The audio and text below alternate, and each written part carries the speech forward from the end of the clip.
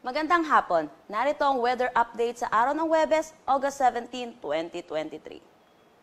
So makikita po natin dito sa ating satellite imagery, southwest monsoon pa rin or hanging habagat ang nakakaapekto sa malaking bahagi ng ating bansa.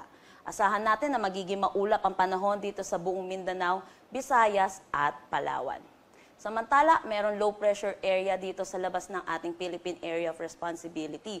Dulot ng trough nito, makakaranas ang Batanes na maulap na panahon na may kasamang kalat-kalat na pag-ulan.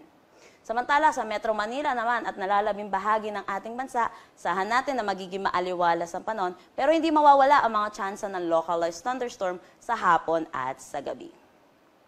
Dako naman tayo sa magiging panahon natin bukas dito sa Luzon. Asahan natin dito sa Calayan Islands at Puerto Princesa na magiging maulap ang kanilang panahon dala ng southwest monsoon. Samantala sa nalalabing bahagi naman, asahan natin na maaliwalas ang kanilang panahon. Dito sa Metro Manila, maglalaro ang temperatura between 26 to 33, sa Lawag 26 to 33, Baguio 17 to 25, Tuguegarao 26 to 35. Dito naman sa Tagaytay, 23 to 31 degrees Celsius at Legazpi, 26 to 32. Sa Calayan Islands at Puerto Princesa, maglalaro ang kanilang temperatura between 26 to 32. Dito naman sa Visayas at Mindanao, asahan natin yung western sections, may mga pag-ulan dulot ng southwest monsoon pa rin. Samantala sa eastern section naman, asahan natin na magiging maaliwalas ang kanilang panahon. Dito sa Iloilo, maglalaro ang kanilang temperatura 25 to 32. Sa Cebu, 26 to 31. Tacloban, 26 to 32.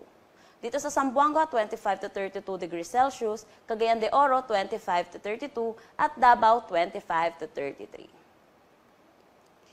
Weather outlook naman natin po para sa susunod na 3 araw dito sa mga piling syudad sa ating bansa, sahan natin na magiging maaliwalas ang ating panahon.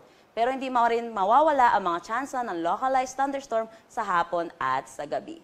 Dito sa Metro Manila, maglalaro ang kanilang temperatura between 25 to 32, Baguio City, 17 to 25, Legazpi, 25 to 31, Metro Cebu, 26 to 33, at Metro Davao, 25 to 33.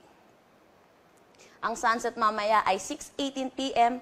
at ang sunrise bukas ay 5:42 a.m. Para sa karagdagang impormasyon, bisitahin ang aming social media pages at ang aming website, pag-asa.dost.gov.ph. At yan po muna ang latest dito sa Pag-asa Weather Forecasting. Chanel Dominguez po at magandang hapon.